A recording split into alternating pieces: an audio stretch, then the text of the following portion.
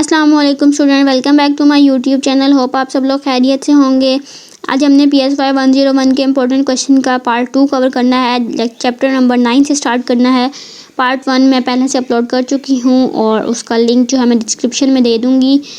And अगर आप लोगों को PSY के MCQs इंपॉर्टेंट चाहिए या किसी और सब्जेक्ट के इंपॉर्टेंट क्वेश्चन चाहिए तो आप मुझे कमेंट में बता सकते हैं। वीडियो अच्छी लगे तो इसको लाइक करिएगा और चैनल को सब्सक्राइब करिएगा, ठीक है। वीडियो शुरू करते हैं। इसमें हमें वेरिएबल्स बताया हुआ, वेरिएबल्स इंडिपेंडेंट वेरिएबल और डिपेंडेंट वेरिएबल इंपॉर्टेंट क्वेश्चन है, ठीक है। नेक्स्ट हमारे पास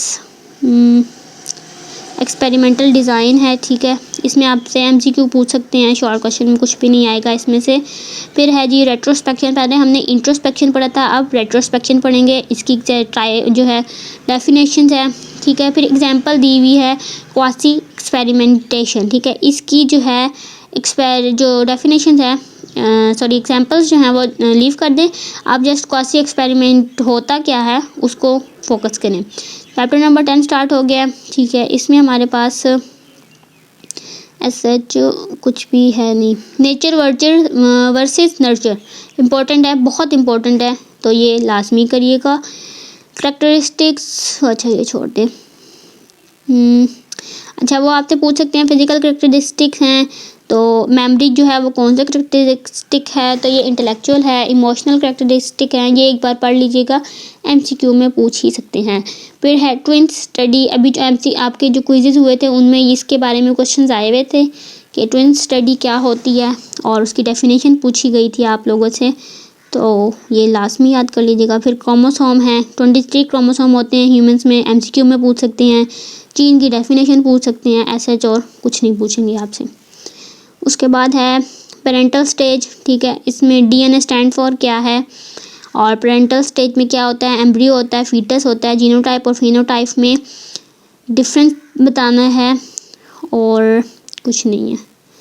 नेक्स्ट चैप्टर नंबर 11 है एंथ्रोपोलॉजिस्ट की कौन होते हैं, सोशियोलॉजिस्ट कौन होते हैं और कंप्यूटर साइंटिस्ट कौन होते हैं, ये बताना है आप लोगों ने।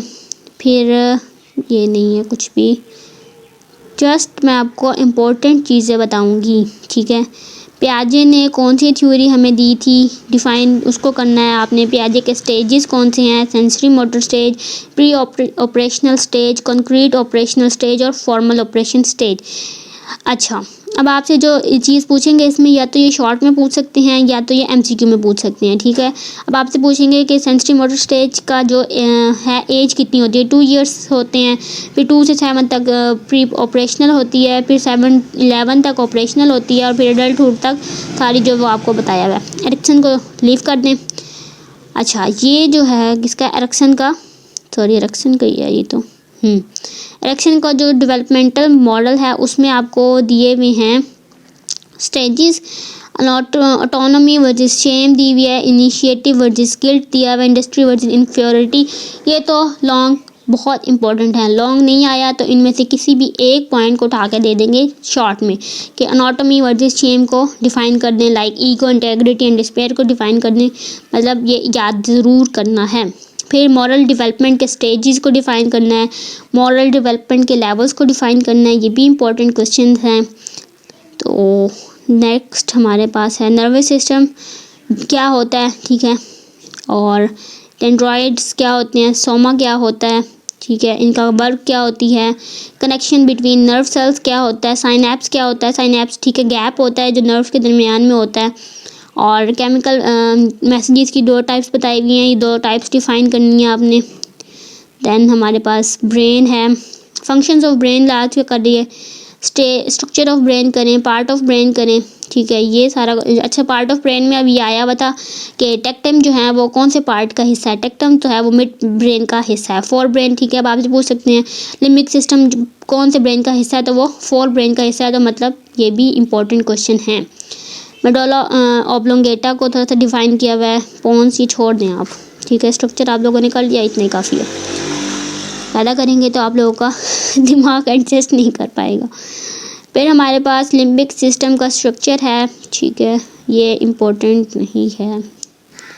अच्छा नेक्स्ट हमारे पास नर्वस सिस्टम का चैप्टर स्टार्ट हो गया। इसमें CSF स्टैंड फॉर क्या है, सेरेब्रोस्पाइनल फ्लूइड है, ठीक है। स्पाइनल कॉर्ड, ये कुछ भी इम्पोर्टेंट नहीं है, छोड़ दें। नेक्स्ट हमारे पास है एंडोक्राइन सिस्टम। एंडोक्राइन सिस्टम में आपसे पूछेंगे पाइनल ग्लैंड, ठीक है, पिट्यूटरी ग्लैंड, ठीक है। फिर हार्मोन्स पूछ सकते हैं कि कोई इंपॉर्टेंट हार्मोन अगर इधर दिया हुआ है उन्होंने कि हार्मोन कौन कौन से हैं, ठीक है, तो वो आपसे पूछ सकते हैं। देखें ये बताया हुआ है जेनेटिज्म और क्या नाम है इसका, डिवार्फिज्म, ठीक है, ये अब आपसे पूछ सकते हैं इनका वर्क क्या है। नेक्स्ट छोड़ दें इसको। अच्छा, फिर हमारे पास आता है ओवरीज, ये नहीं है इम्पोर्टेंट।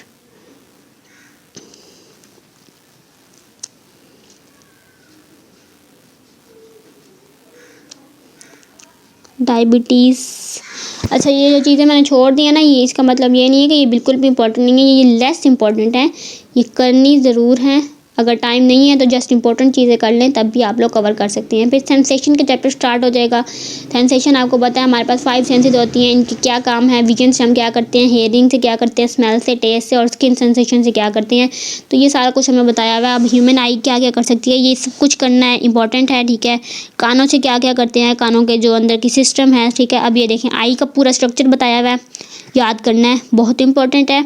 ईयर का स्ट्रक्चर बताया हुआ है, इंपॉर्टेंट है। उसके बाद हैंड्स का बताएंगे, उसके बाद मतलब जितने भी आपके 5 वो हैं ना, सारे सेंसेस के फंक्शंस, उनका स्ट्रक्चर, सब कुछ अच्छे तरीके से याद करेंगे। ये देखिए अब आई का कलर आ गया, ये सारा कुछ स्ट्रक्चर में आ जाता है हमारे पास। फिर कलर विजन आ गया, ये सारा करेंगे।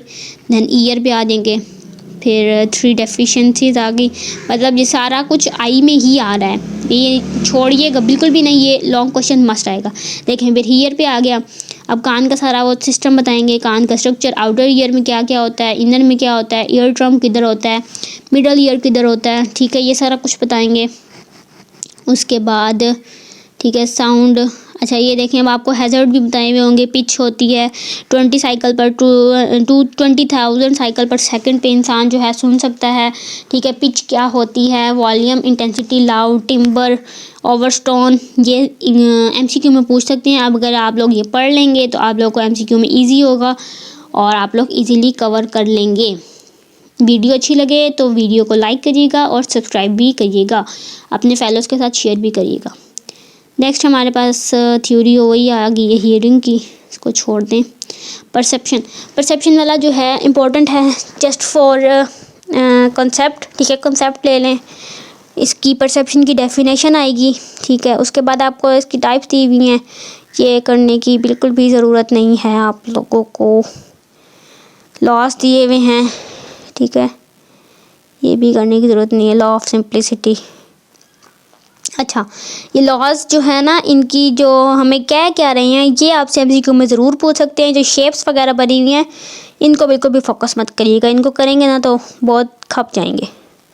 फिर उसके बाद हमारे पास कौन सा चैप्टर स्टार्ट हो रहा है, 18 परसेप्शन का पार्ट 2 है, इसको कुछ भी नहीं है इसमें सच, ठीक है। फिर हमारे पास आता है परसेप्शन का ही आएगा मेरे ख्याल से, चैप्टर नंबर 19 में आ गई है alter state of consciousness. Consciousness की सारी वो बताएंगे। सिग्निफिकेंस ऑफ वेकफुलनेस, आपको नींद क्यों नहीं आती, आप क्यों जागते रहते हैं, तो ये सारा कुछ बताएंगे। अच्छा इसमें इम्पॉर्टेंट चीज़ जो है वो है स्टेट ऑफ कॉन्शियसनेस। फिर स्लीपिंग डिसऑर्डर के बारे में बताया हुआ है। स्लीपिंग डिसऑर्डर के बारे में कुछ भी इम्पोर्टेंट नहीं है। स्टेजेस ऑफ स्लीप बताए हुए हैं, EEG स्टैंड फॉर करिएगा, ठीक है। स्टेजेस बताना है आपने, कौन कौन से स्टेज में क्या क्या होता है, वो आपको कहेंगे कि जी the brain waves are slower, कि ब्रेन की जो वेव्स हैं वो स्लो हो जाती हैं कौन से स्टेज में, स्टेज 3 में स्लीप की। REM stand for rapid eye movement sleep, ठीक है, MCQ में पूछ सकते हैं। उसके बाद हमारे पास कॉजेज़ ऑफ स्लीप डिसऑर्डर हैं कि आप स्लीप में क्यों नहीं आपको नींद आ रही, तो वो भी आप बता सकते हैं। अब आपसे इसमें कॉन्सेप्चुअल भी पूछ सकते हैं कि आपको नींद क्यों नहीं आती है, आपके ख्याल में आप क्या उसको इलाज तजवीज़ करेंगे एज अ साइकोलॉजिस्ट। मतलब वो तो ऐसा चाहते हैं ना जैसे हम अभी से साइकोलॉजिस्ट बन जाएं, ठीक है। उसके बाद reverse learning theory, dream for survival theory और एक्टिवेशन सिंथेसिस थ्योरी, तीनों थ्योरीज बहुत इंपॉर्टेंट हैं। फिर मेडिटेशन है, ये इंपॉर्टेंट नहीं है। इफेक्ट ऑफ ड्रग्स क्या है, मैंने आपको कहा है ड्रग तो बहुत इंपॉर्टेंट है। कैटेगरीज ऑफ ड्रग्स कौन सी हैं, ठीक है, उसके अंदर क्या क्या कैटेगरीज हैं देखिए आगे भी डिफ़ाइन की हुई हैं, तो ये अच्छी तरह पढ़ना चाहिए। अब वो कह रहे हैं कि पीपल जो हैं वो ड्रग क्यों लेते हैं। अब इसमें से कोई भी कॉन्सेप्चुअल क्वेश्चन बन सकता है, तो वो लास्ट में करिएगा। फिर लर्निंग आ गया है, लर्निंग नहीं है इसमें कुछ भी। इवन पैवलव का लर्निंग का वो बताया हुआ है। इवन पैवलव कौन है, क्लासिकल कंडीशनिंग के जो है उस्ताद हैं, ठीक है, याद रखिएगा। देन हमारे पास चैप्टर नंबर 21 स्टार्ट होगा। हाँ जी, ऑपरेंट कंडीशनिंग है, ठीक है। थॉर्नडाइक लॉ ऑफ इफेक्ट क्या है, इंपॉर्टेंट क्वेश्चन है। उसके बाद टिपिकल प्रोसीजर इन स्किनर ऑपरेंट कंडीशनिंग एक्सपेरिमेंट। उसके बाद हमारे पास स्टेज इन शेपिंग जो है एक्विजिशन एंड एक्सटिंक्शन, इसके दरमियान में जो है डिफरेंस पूछ सकते हैं आप लोगों से, ये इम्पोर्टेंट था। Next chapter number